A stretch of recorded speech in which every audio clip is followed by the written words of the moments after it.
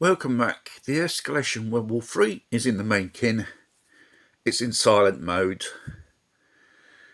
Strategic plans are in the making. After the Starlink NATO attack, which they destroyed a nuclear submarine of the Russian Navy, another military vessel, 11 dead and 30 wounded. This is a act of war on a sovereign country. Instead of battling out on Ukraine battlefields, they're battling it out on Russia. They didn't have much of success that day because, by chance, the Starlink satellites went on a blink, which the Ukrainians and NATO were using.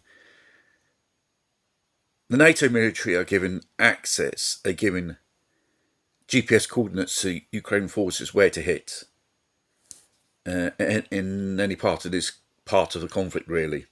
Ukrainians haven't got full access of these satellites. It's the US military. Now, stories are, after this incident, the US military has totally taken over the Starlink civilian satellites for military purposes.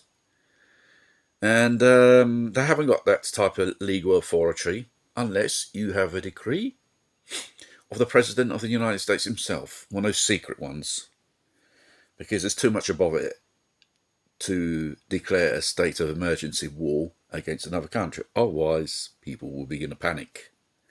This is a proxy war. Proxy wars go by other type of dirty rules and regulations which they do not respect. So, it will be NATO and US military will have full control of the Starlink satellite systems.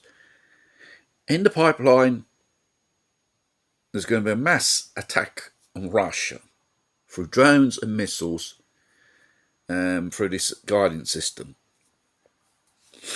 How the Russians will defend themselves, they will do, with every single means as possible. And the retaliations of this so-called future attack on Russia on a massive scale could have serious repercussions on Europe and the rest of the world, Western world I'm referring to. This will be an official act of war. The Russians will be legitimized to use nuclear weapons to defend themselves from external attacks. Mind you, in the last time or so, they've been undergoing saboteur attacks within their own country. They're not talking much about it, probably not create panic, not to give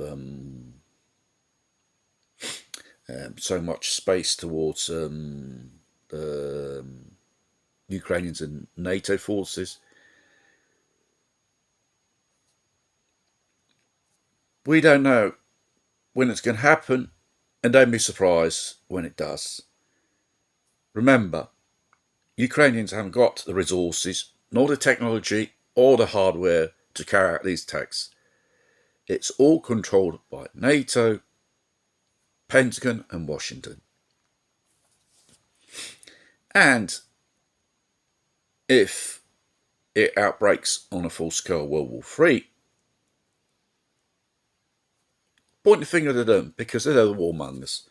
Last not least, the Chinese naval fleet is circling Taiwan with their warships, and more vessels are coming in. Very interesting development. This could be a drill or an invasion of the island Taiwan itself.